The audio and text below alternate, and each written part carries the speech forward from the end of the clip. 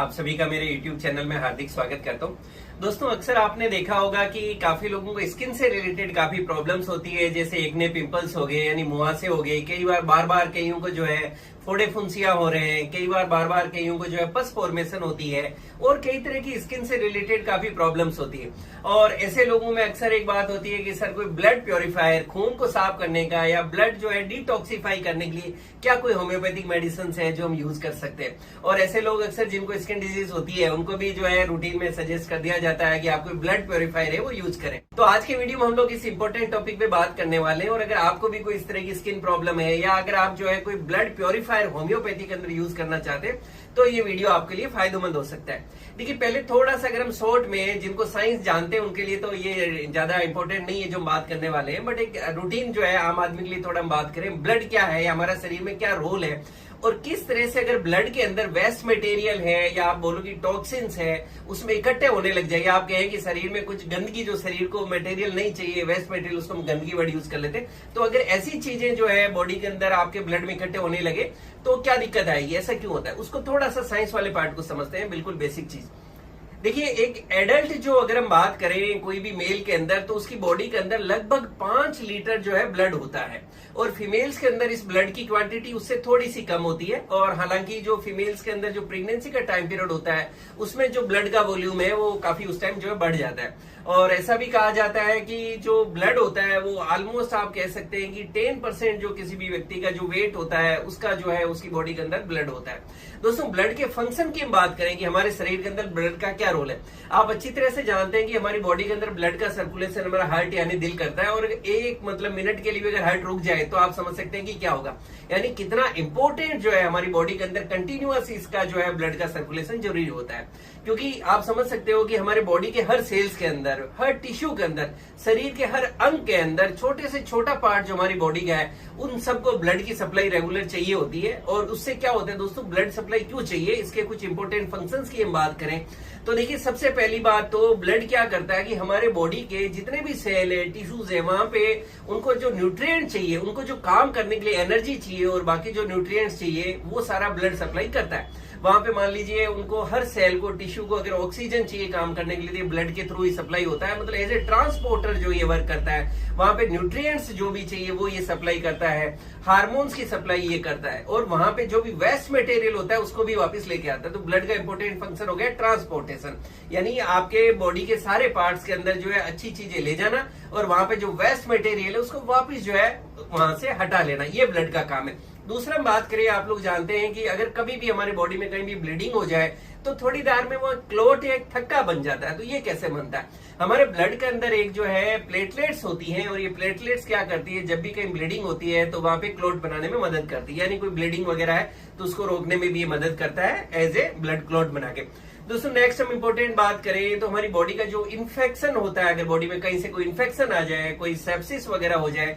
तो हमारी बॉडी को जो है उस इन्फेक्शन से लड़ने के लिए जो है एक फाइटिंग फोर्स चाहिए होता है, वो होता है WBC या व्हाइट ब्लड सेल्स जिसको हम कहते हैं। तो यानी हमारी बॉडी को जो है इन्फेक्शन से या बीमारियों से लड़ने भी मदद करता है क्योंकि इसके अंदर WBCs होते हैं। और अब हम जो है मोस्ट इंपोर्टेंट टॉपिक जिसकी हम यहाँ बात करने वाले हैं वो है ब्लड प्योरिफिकेशन, जो है हमारी बॉडी के अंदर से जो है पूरा वेस्ट मटेरियल को हटाने का जो काम है वो भी ब्लड करता है। हमारी बॉडी के हर सेल, हर टिश्यू, हर अंग को, जैसा भी हमने बात की कि प्रॉपर्ली फंक्शनिंग करते रहे, काम करते रहे, तो उसके लिए नेचुरली उनको भी एनर्जी चाहिए। तो एनर्जी कैसे मिलेगी, उसके लिए क्या होता है, उनको एक तो ऑक्सीजन चाहिए होता है जो ब्लड वहां तक पहुंचाता है, फिर उसके साथ में उनको एनर्जी भी चाहिए। तो इस एनर्जी के लिए जो भी उनको न्यूट्रिएंट्स चाहिए वो सारे भी जो है हमारा ब्लड ही वहां पे लेके जाता है। और दोस्तों, वहां पे जो वापस एक्टिविटीज होता है, बाकी सब उनका जो मेटाबॉलिज्म होता है वहां पे, उसके कारण क्या होता है, कई तरह के वेस्ट मटेरियल वहां से वापस सिक्रेट होंगे। तो उन वेस्ट मटेरियल को हटाने का काम है ये भी ब्लड ही करता है। और ये ब्लड क्या करता है कि हमारी बॉडी के अंदर वापस जो है, मान लीजिए लीवर में जो ब्लड आया तो वहां से लीवर के थ्रू वेस्ट मटेरियल हटते हैं, जितने भी टॉक्सिन्स है वो सारे वहां से हटते हैं। इसी तरह से हमारी जो किडनी है वहां पर जब ब्लड जाता है तो वहां से हमारी बॉडी का वेस्ट मटेरियल जो यूरिया है वो हटता है। इसी तरह से हमारा जो इंटेस्टिन यानी जो आते हैं वहां से फीकल मैटर या आप जानते हैं स्टूल या मल त्याग करते हैं, तो उसके साथ भी बहुत से हमारी बॉडी के वेस्ट मटेरियल है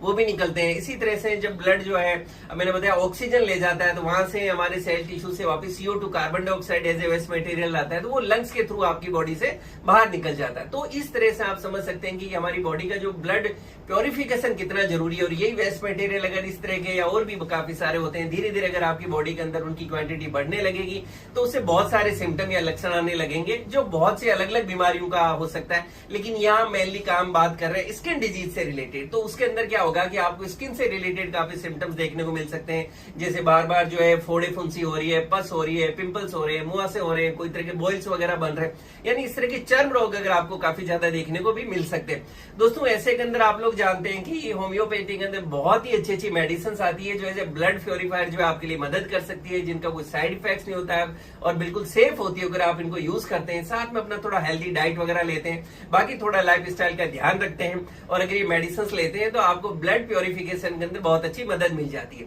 यहाँ मैं आपके नॉलेज के लिए 2 बेस्ट होम्योपैथिक मेडिसिन जो मेरे नॉलेज के हिसाब से है वो मैं आपके साथ शेयर कर रहा हूँ। दोस्तों सबसे पहली मेडिसिन इसके अंदर है गन पाउडर। दोस्तों गन पाउडर एक बहुत ही अच्छा मतलब आप कह सकते हो होम्योपैथी में as a blood purifier medicine है और आपकी बॉडी के अंदर मान लीजिए कहीं भी कोई सेप्सिस हो रहा है, कोई भी वाउंड फॉर्मेशन हो रहा है, यानी घाव हो रहा है या और कोई भी तरह से सेप्सिस हो रहा है, सेप्टिक कंडीशंस हो रही है, तो वहां पे आप गन पाउडर का यूज कर सकते हैं। गन पाउडर बहुत ही मतलब एक अच्छा स्किन के लिए टॉनिक है और आपके ब्लड के प्योरिफिकेशन के अंदर बहुत अच्छी मदद करता है। और इस तरह की अगर कोई भी प्रॉब्लम है, एक्ने, पिंपल्स हो रहे हैं, इस तरह का कुछ भी है तो वहाँ गन पाउडर को जरूर यूज करें और आपको बहुत अच्छे रिजल्ट्स मिलेंगे। 3x पोटेंसी में है तो इसको जो है ट्राइचुरेशन टेबलेट्स होगी तो इसकी 2-2 टेबलेट आप दिन में 3 बार ले सकते हैं और इसको थोड़ा सा लंबे समय तक आपको यूज करना होता है और डेफिनेटली आप देखेंगे कि ये आपके ओवरऑल जो स्किन से रिलेटेड प्रॉब्लम्स है इसमें बहुत अच्छे रिजल्ट्स आएंगे। नेक्स्ट जो बहुत ही अच्छा ब्लड प्योरीफायर होम्योपैथिक मेडिसिन है वो इचिनेसिया। और इचिनेसिया क्यों, या आप इसको मदर टिंचर फॉर्म में यूज कर सकते हैं और ये आपके ब्लड को डिटॉक्स करने के लिए, ब्लड प्योरिफिकेशन के अंदर होम्योपैथी के अंदर बहुत ही रिनाउंड है और बहुत ही मतलब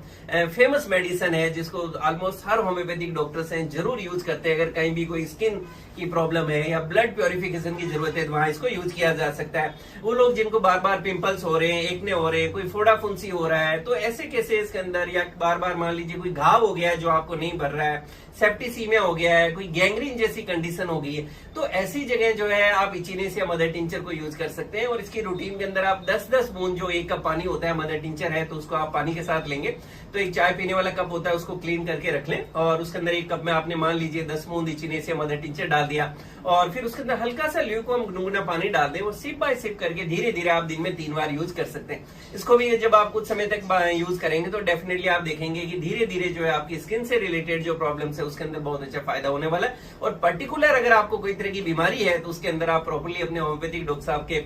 डिस्कस करके और अच्छी तरह से ट्रीटमेंट को ले सकते हैं। ये 2 जो मैंने आपको मेडिसिन बताई है इसको आप रूटीन में भी बीच बीच में अगर किसी को लगता है कि उनको एज ए ब्लड प्योरीफायर कोई होम्योपैथिक रेमेडी की जरूरत है जो सेफ हो, इफेक्टिव हो, तो इन मेडिसिन को बीच बीच में यूज किया जा सकता है और जब लगे आप कंफर्टेबल है, अच्छे रिजल्ट्स आ रहे हैं तो इसको बंद भी किया जा सकता है। दोस्तों मेरे पास काफी टाइम से ऐसी रिक्वेस्ट आ रही थी कि सर एक ब्लड प्योरीफायर डिटॉक्सिफिकेशन के लिए होम्योपैथी के अंदर क्या मेडिसिन है उस पर वीडियो बनाए, तो इसलिए मैं ये वीडियो आप लोगों के साथ लेके आया हूँ। और इसी तरह से अगर आपको कोई पर्टिकुलर डिजीज है, कोई बीमारी है जिसके लिए अगर आप नॉलेज लेना चाहते हैं या उसका होम्योपैथिक ट्रीटमेंट समझना चाहते हैं तो मिल जाऊंगा। इसी तरह से मुझसे जुड़े रहने के लिए आप मेरे यूट्यूब चैनल को लाइक करें, शेयर करें, सब्सक्राइब करें और बेल आइकन जरूर दबाएं जिससे मैं जैसे कोई वीडियो डालूं आपको नोटिफिकेशन मिल सके। Thank you.